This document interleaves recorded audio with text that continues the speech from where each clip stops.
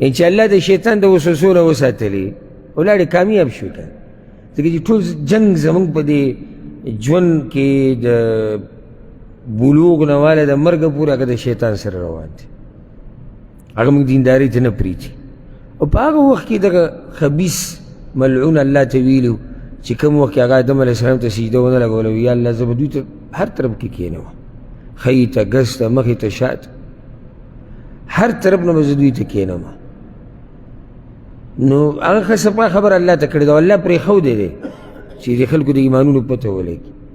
نو ما ورته نه پوهېږي دا ښی ګس مخې ته شا ته دا مطلب څه دی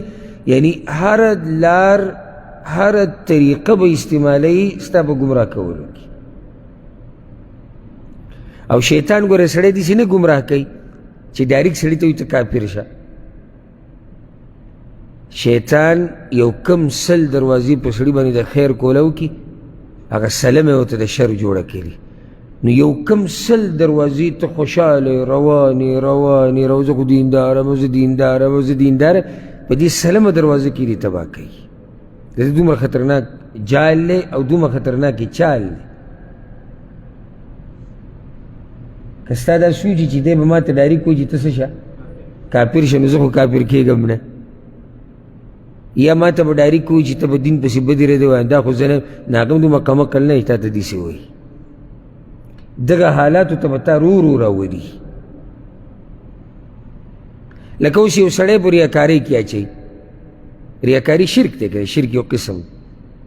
ډایرکټ تا ته نه وایي ته ریاکاري کوه تا ته به وایي چې ته مونځ اودس ولې نه کوې مونځ اودس کوه که نه نو د خیر دروازه ده مونځ اودس کې څه شرک شته خیر دی نو قرآن وایه ځان له تلاوت کوه وګوره دا بل د خیر دروازه ده مونځ کوه نو تلاوت کوه جومات کې نو دا تلاوت لږ په زوره کوه ځکه چې هغه پلانې او پلانې درته ګوري یعنې ته راوستې اخر عقل ځي ده لږې په زور کوه زه خیر دی مرسته وکړه د دې خپل ورور سره د دې خور سره مرسته کول خو د خیر کار خو دا مرسته لږه ښکاره وکړه نو هغه پلاني ته هم پته ولګي پلاني ته هم پته ولګي د خیر په لار کې تا ته اخره کې شر جوړوي نو د شیطان د وسوسو نه چې الله موږ وساتي نو بیا خو موږ کامیاب شو حدیث د ابو هریره رضی الله عنه امام بخاری راوړی امام مسلم راوړی دې کې ډېره اهمه مسله ده ښه زما خوا ته ډېر ملګري راغلي چې هغوی ته دا مسله راغلې ده رسول صلی الله علیه وسلم یأتی شیطان احدکم شیطان به په تاسو کې یو تن ته راشي فیقول نو دی به ورته وایي شیطان که شیطان چاته خبره کوي وسوسه به ورته وراچي من خلق کذا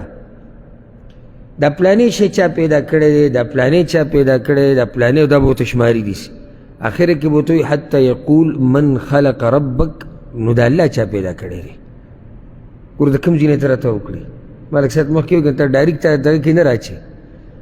اسمان چا پیدا کړی اسمان خو الله پیدا کړی ځمکه دا خو الله پیدا کړی انسانان الله پیدا کړی نو دا الله چا پیدا کړی دی دې ځینې به ته راګیر کړي فاذا بلغه نو چې کله دې ځي ته ورسېدې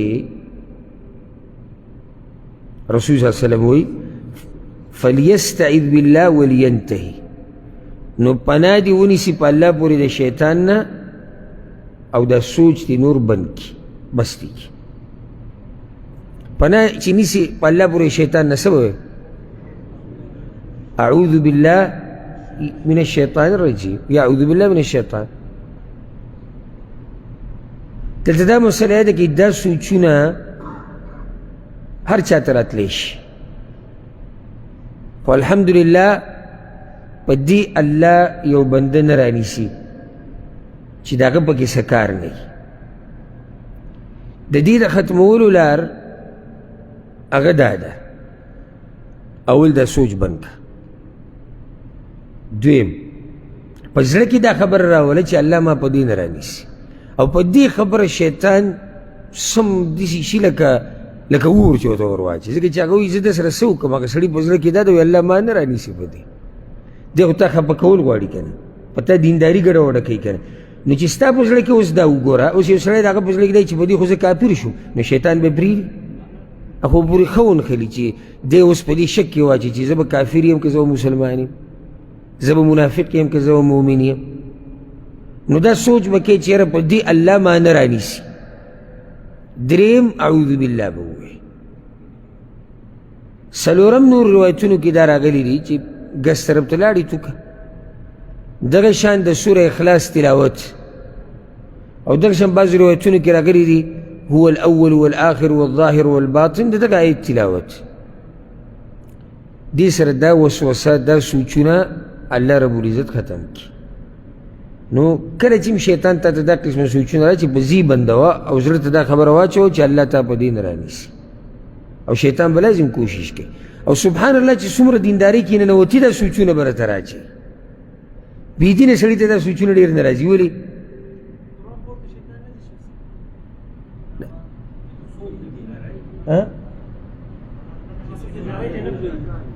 یعنې بېدینه خو هسې بېدینه د الله نه لرې دی، الله طرف ته توجه نشته. د دیندار خو الله ته توجه ده، د الله توحید ته، عظمت ته، قدرت ته، ځکه او ده ته د الله په باره کې شکونه راځي. الله رب العزت هغه ذات دی چې د همیشه نه دی او همیشه دپاره دی. دا سوچونه چې الله چا پیدا کړی دی او د الله په باره کې داسې قسمه خبرې ذهن ته راوسته دا نامناسب دي. او مخکې سوه سنه رسول صلی الله علیه وسلم د دې لنډ جواب ورکړی ګوره حدیث کې. عمران بن حسین روایت دی رضی الله عنه، و یو وفد راغلی په صحیح بخاري کې شته، یو وفد راغلی او د رسول صلی الله علیه وسلم خواله و هغوی تپوس وکړو چې یا رسول الله د دې مخلوق څه قصه ده دوی د پیدایش. نو رسول صلی الله علیه وسلم د سر نه خبر راواغسته، د سر نه بالکل. وی کان الله، و الله او څه شی نه و، یعنې هېڅ شی نه و او و الله. بس دا جواب دی، و الله او هېڅ نه و. د هغې نه بعد بیا یعنې مخې ته د مخلوق دا کیسه شروع شوې. او سبحان الله عمران بن حسین هم دقه ځای پورې خبره اورېدلې ده، و الله څه شی نه و. او بیا عرش و د الله په اوبو باندې، او قرآن کې هم دا خبره ده. عرش او د عرش مخلوق دی، دا وروسته دي.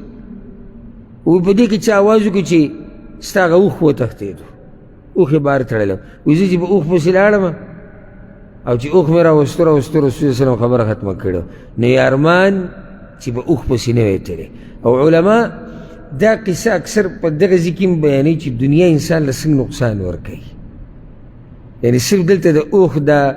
د خپل زینت له دله څومره لوی نقصان ورکو. نو دا پکې فایده منځ کې راله چې د دنیا دپاره به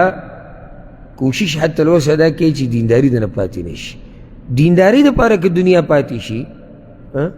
دا نقصان دومره نه کوي. ښه لنډه دا شوه د شیطان هره وسوسه. د حدیث کې خو صرف یو قسم وسوسه ده کنه. شیطان چې تا ته کومه وسوسه هم در اچوي د الله په باره کې، پیغمبر، د ګناهونو په باره کې، هر څه باره کې چې اعوذ بالله وایي. اعوذ بالله چې وی نو الله به تا دغه وسوسې نه ساتي. اومه دعا وی د برګي مرض، لیونتوب او نورو بیماریانو نه د پناهۍ دعا. انس بن مالک رضی الله عنه روایت ته امام ابو داود راوړی، امام احمد راوړی. وی رسول صلی الله علیه وسلم به دا دعا غوښته، اللهم انی اعوذ بک من البرص، یا الله زه پناهي غواړم په تا سره د برګي مرض نه، والجنون او د لیونتوب نه، والجذام او د جذام کوړ بیمارۍ نه، ومن سیئ الاسقام او د داسې نورو بدو بیمارو نه. ټولې بیماریانې پکې راځي. دلته ګوره دا مسله یاده کوي، په ژوند کې دا خبره لازم ده چې کله به روغ کله به بیماري. او داسې نشي کېدی چې زه به ټول عمر روغ یم. که یو سړی دا وایي نو دی په غلطه دی. خو بعض بیماریانې هغه دي چې هغه انسان د ژوند مفلوج کړي ویدروي. هغه قسم بیماریان انسان له ډېر تکلیف ورکوي. یو خو د عام بیماریانې په ژوند کې چلیږي را چلیږي، کله صحیح ده دې د لازم سړي ته غټه مسله جوړه شي او غالبا نه جوړي. لکه تبه نرۍ غونته کې راله، کله یخنۍ و کله په سر درد دی کله دا د ژوند سره تړلی شوي خبرې معدې خرابېږي د معدې خرابېده بعضې هغه بیماریانې چې هغه غټې بیماریانې دي نو دې ځای کې په اخره کې دی چې ومن سیء الاسقام او د هرې بدې بیمارۍ نه هغه بیماري چې انسان ولړزوي انسان وځوري محتاج شي د هغې د لاسه نورو خلکو ته ژوند یې ودرېږي ټول همیشه د الله نه دا دعا دا یاده کوي په مخه یې غواړي چې الله ما د بیماریانو نه ساته او شکر د الله دا کوي هر وخت شکر چې یو سړی او تا ته یې ویم او ځان ته یې ویم که بغیر د دوایانو نه ته وده کېږي او بغیر د دوایانو نه راپاسې او چا ته ضرورت نه لري چې هغه دې وګرځوي او دې راپاسې او دې کښېني او چې څه ته دې زړه غواړي هغه خوري د الله شکر ادا که ته باچایي ورب الکعبه ته باچایي داسې خلک دي چې هغه وخته پورې خوب ورته نور چې څو پورې دوایانې نه خوړلي او چې راپاسې بیا د ګولو پڼې ورته پروت دي په خپله نه پاسېدی شي نه ګرځېدی شي ډاکټر پې بعض شیزونه بند کړي چې دا به ته سره خورې نه ټولې سختې دي امتحانات دي نو چې په تا دا قسمه حالات نشته د الله شکر ادا کوه هر وخت د الله شکر ادا کوه هر وخت ما درې شپې مخکې د شپې وده کېدم نو د خوب دا ذکر مې ویل الحمدلله الذي کفانا و اوانا بیا نورې دعاګانې موږ ذکر کړي هغه بیا واورئ هسې دا ذکر چې موږ سړی کټ کې پرېږدي څه نه څه سوچ خو کوي که نه نو دې دعا ته مې سوچ لاړې چې لکه دې ټایم کې ولې دا شریعت موږ ته داسې ذکر ښوولی چې په هغې کې شکر د الله ادا کول دي چې الله شکر دی شکر دی د هغه رب چې موږ له خوراک راکړو موږ له اسقاق راکړو موږ له ځای راکړو په دعاګانو کې داسې شتي د دې لپاره به لازم هغه دعاګانې او اذکار واورو کېدای شي ښه امید به ساتم تاسو ته به یاد وي د شپې به یې وایم ناسې مې دې ته سوچ لاړ چې دې ټایم کې ولې موږ شکر د الله ادا کوو وده کېدو په دې ټایم کې نو یو خو دا ذهن ته راغله چې یعنې ټوله ورځ تېره شوه موږ خوراک وکړو موږ څښاک وکړو موږ وګرځېدو موږ کېناستو موږ وخندل موږ ژوند تېر کړو او روغ رمټ خپلې طلایي ته واپس رالو د الله شکر ادا کول پکار دي دغه سوچ کې زما دې نقطې ته سوچ لاړ چې ګوره موږ الټه یو شریعت موږ ته یو څه ویلي دي موږ کوو بل څه هغه دا شریعت ما ورته دا طریقه ښایي چې کله ته وده کېږي تر الله شکر ادا کړه او هغه نعمتونه رایاد کړه کوم چې تاله الله درکړي دي ته یې محسوسې لکه خوراک څښاک امن و امان طلایي روغ بدن موږ څه چل کوو د عامو خلکو طریقه بلکې اکثر خلک وایي د وده کېدو نه مخکې لازم دې په مسلو کې سوچ کوي یاره دغه پلانې کار نه دی شوی که دغه وشي او دا تنخواه او دا مزدوري او دا هغه پلانې مسله او د کور دا مسله او د ځمکې دا مسله یعنې شریعت تاته دا وایي روغه رمټ ورځ دې تېره کړه اوس طلایي له رالې دغه نعمتونه رایاد کړه دا کوم چې در الله درکړي او ښه ښکلی وده شه نه موږ هغه سره یادو چې موږ سره نشتي د شکر په ځای موږ خپل غم ډېرو ګنټه دوه ګنټې به په دې طلایي کې موږ اوړو راوړو چې دغه پلانې کار او هغه پیسې او هغه قرضې او هغه کور او هغه ځمکه او هغه دا او هغه دا او هغه غم ډېر شو د الله شکر پاتې شو خوب یې ونه شو طبیعت هم ګډوډ شو او دا سوچونه قرضې او هغه کور او هغه ځمکه او هغه دا او هغه دا او هغه غم ډېر شو د الله شکر پاتې شو خوب یې ونه شو طبیعت هم ګډوډ شو او دا سوچونه تاله هېڅ فایده نه درکوي زه دا نه یم چې سوچ مه کوه سوچ سړی کوي خو څه وخته پورې وکړي محدود سوچ وکړي کله ناکله وکړي خو د شپې دا ځای د الله د شکر د ادا کولو دی دا فایده به تاسو اول پرې راوړئ انشاءالله د شپې کټ کې چې پرېوتې دا ځای د څه دی نو په څه شکر ادا کړي د الله څومره نعمتونه ته استعمال کړو یعنې موږ لا اوسه پورې طلایي نه یو تلي اوس پته یې چې که دلته درس کې څوک دی او د دې ځای طلایي جوړه کړې هغه جدا مسله ده خو موږ لا طلایي له د اوسه پورې نه یو تلي ته سوچ وکړه سهار چې موت ته راپاسېدلي یو مانځله او د دې ټیمه پورې موږ د الله په څومره نعمتونو کې ډوبو او اوس هم د الله په نعمتونو کې او بیا به هم یو نو چې طلایي له ورشې دغه الله د دې حقدار نه دی چې ته شکر ادا کړي نه بعض وایي نه دغه نعمتونه ته هېر دي کوم چې دي دی به اوس سوچ کوي او اوړي به راوړي به اوړي به راوړي او په دې کې ورته بیا اواز وشي لکه پاسه سهار دی څه فایده دې وکړئ نو خپل ژوند مه ګډوډ کوئ او هر وخت د الله شکر ادا کوئ روغ بدن دومره رزق چې ګزاره پې کېږي د حیا او د عزت ژوند دینداري دا نعمتونه دي داسې نعمتونه دي چې د دې موږ شکر چېرته پوره نه شو ادا کولی او نور دا پیسې کمېده ډېرې دا ما ته پته ده زه دا محسوسوم دلته زموږ دا مسافرونه چې دي په دوی حالات دې ورځو کې سخت دي د اکثرو کارونه نشتي یعنې داسې کسان به کې ما ولیدو قصې مې واوري چې دماغي حالات یې ګډوډ شو یو څو به کې مخکې ورځو کې دوه درې قصې راغلي چې ځان یې پانسي کړی دی په ملک کې هم حالات ګډوډ دي غربت عام دی ما ته د هر څه پته شتي خو د دې هر څه سره دا مقابله ما ورته په دې نشو کولی چې موږ به د دې په باره کې سم سوچونه شروع کړو ځان به لیونی کړو دې حالاتو سره مقابله هغه هله کېږي چې کله ته د الله نه طاقت وغواړې ښه دا یو جمله فایده کې فایده راله دا یو جمله ګوره غلطه دی ویل وایي زه د حالاتو سره مقابله کوم دا جمله ډېره ویلې کېږي او یاره پلانې ډېر تکړه سړی دی ولې حالاتو سره مقابله وکړه زه راته د هغه رب په نوم قسم خورم کوم رب چې موږ پیدا کړي وو چې دغه رب زموږ ملګرتیا ونه کړي والله که د حالاتو مقابله وکړو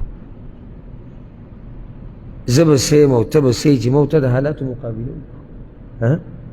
کولی شو بغیر د الله طاقت نه داسې چېرته مه وایه چې زه د حالاتو مقابله کړو وای الله به زما مرسته وکړي د حالاتو په مقابله کې حالات راغلی که په خلکو موږ ویني نو دا بیماران چې په هسپتال کې پراته دي او الله یې نښه کوي د دې دې څوک مقابله وکړي که نه ځه لاړ دي شي دا چې غریبانان شوي دي او الله یې نه مالداره کوي مقابله دې وکړي که نه او دا چې په چا باندې مرګ راشي خپلوان یې مړه شي ملګري مړه شي دې دې مقابله وکړي دغه خپل دې را ژوندی کړي که نه د حالاتو مقابله ګورې زما او ستا په وس کې نه ده ما او تا به کله د حالاتو مقابله کوو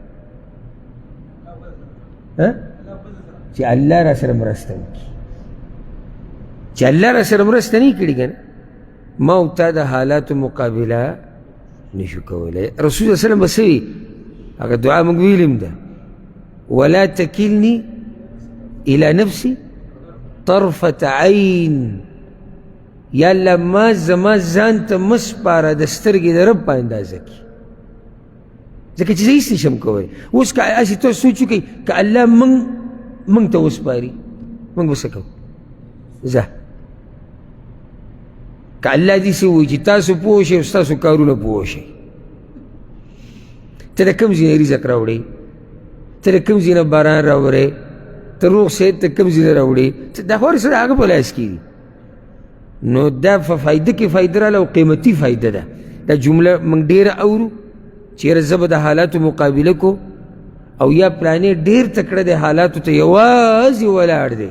دا وایي پښتانه یک یوازې وایي د حالاتو ته ولاړ دی والله که په سر کې ښکري که نه هغه هم حالاتو ته یوازې دي شي ودرېدي الله دې زموږ مرسته وکړي په حالاتو کې داسې وایي او الله دې موږ ته هر قسمه حالات هغه اسان کړي او الله دې پکې برکت واچي او الله دې موږ ته نه سپاري الله دې همیشه زموږ مرسته وکړي په دنیا کې او په آخرت کې اتمه دعا د بد اخلاقو اعمالو خواهشاتو نه د پناهۍ دعا ما تاسو ته ووایي که نه درس په اوله کې چې تاسو صرف د دې یو فصل دا دعا